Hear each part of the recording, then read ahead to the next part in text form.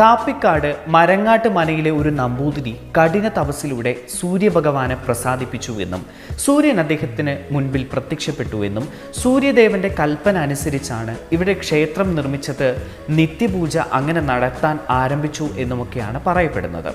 വൃത്താകൃതിയിലുള്ള ശ്രീകോവിലിൽ ധ്യാനത്തിലിരിക്കുന്ന സൂര്യദേവനെയാണ് പ്രതിഷ്ഠിച്ചിരിക്കുന്നത്. എണ്ണ വലിച്ചെടുക്കുന്ന പ്രത്യേകതരം ശിലയിലാണ് ഇവിടുത്തെ വിഗ്രഹം നിർമ്മിച്ചിരിക്കുന്നത്. ഇവിടെ നവഗ്രഹ പ്രതിഷ്ഠകൾ ഇല്ല എന്ന കാര്യവും എടുത്തു പറയേണ്ടതാണ്. ആദിത്യ പൂജയാണ് ഇവിടുത്തെ പ്രധാന പൂജ. കണ്ണുരോഗങ്ങളും ത്വക്ക് രോഗങ്ങളും ഒക്കെ മാറാൻ വിശ്വാസികൾ ഈ പൂജ നടത്താറുണ്ട്. ഉദയാസ്തമയ പൂജ, എണ്ണാഭിഷേകം, ഭഗവതി പൂജ, നവഗ്രഹ പൂജ എന്നിവയാണ് ഈ ക്ഷേത്രത്തിലെ മറ്റ് പൂജകൾ.